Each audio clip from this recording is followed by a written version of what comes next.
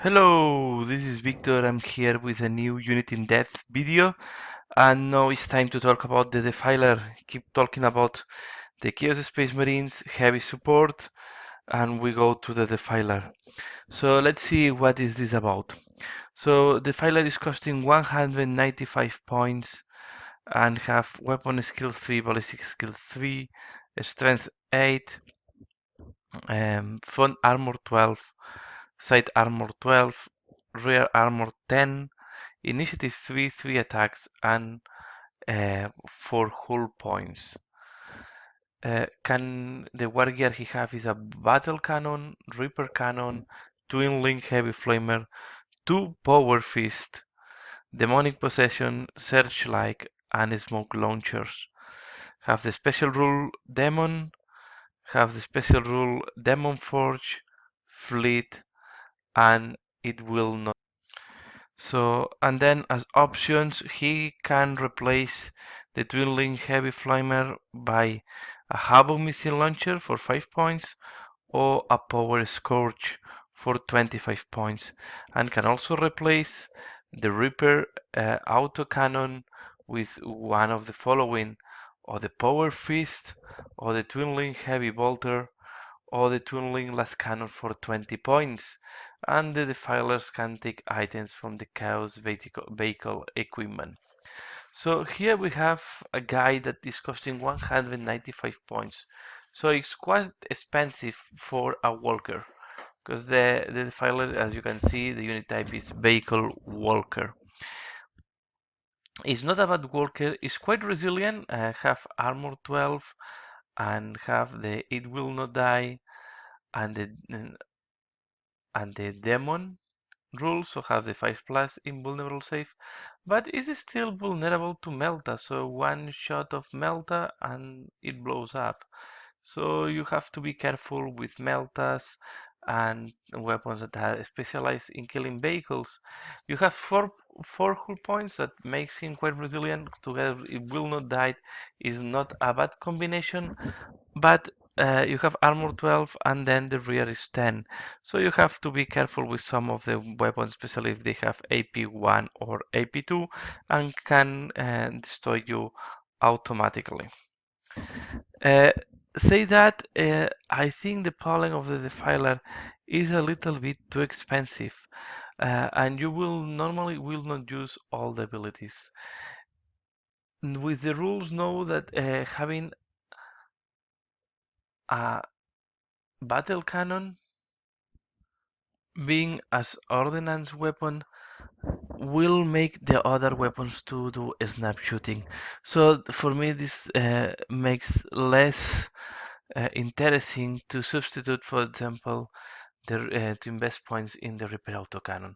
I will say that you can have two ways to play this guy. I think you want to keep it in range, don't pay for any upgrade, just use the battle cannon and do snap shooting with the Reaper cannon, and you keep your tunneling heavy flamer if you are assaulted to be a wall of fire, that wall, sorry, and then you can also use the flamer if you get close to the enemies and then go into close combat. I will say I'm not sure of changing the Reaper. The Reaper cannon is going to be very not very efficient, although it's a twin link type of cannon normally.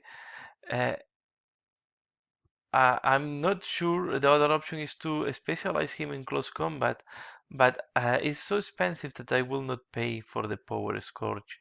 So the only point is to replace the Reaper cannon just by the power fist and just rely on the battle cannon in the distance. Try to get close to the enemy, then use the flamer and do the abilities in close combat. So the vehicle, I will say, is quite versatile. It's giving quite a nice support in fire, and at the same time it can be quite good in close combat, but you have to be careful. You have armor 12, so going to close combat can be risky if the enemy have power fist, or have yeah, or this enemy have you're fighting an monstrous creature or something like that, you don't have a bad armor, you have a good bunch of hull points, but you are not invulnerable.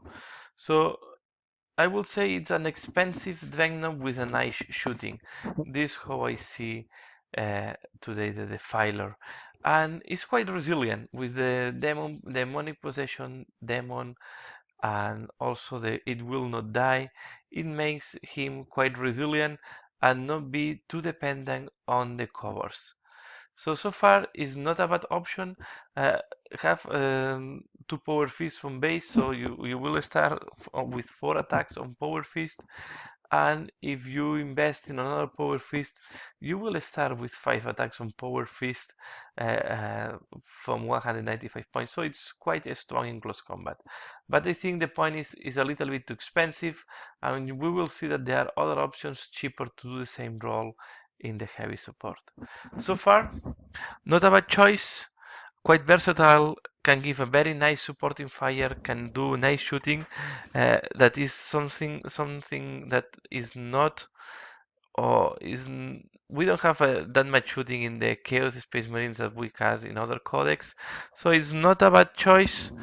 But I still think it's a little bit too expensive if you compare him, for example, to the power that can deliver a Lemon Ruse with or if you compare him uh, to other advantages that are much cheaper. You are penalized because you have a vehicle that is versatile, can do both things, can work like, I will say, like a Lemon Ruse, just being at the back, shooting, not getting involved in the close combat, but then you are losing all the points that you are investing in the abilities in close combat.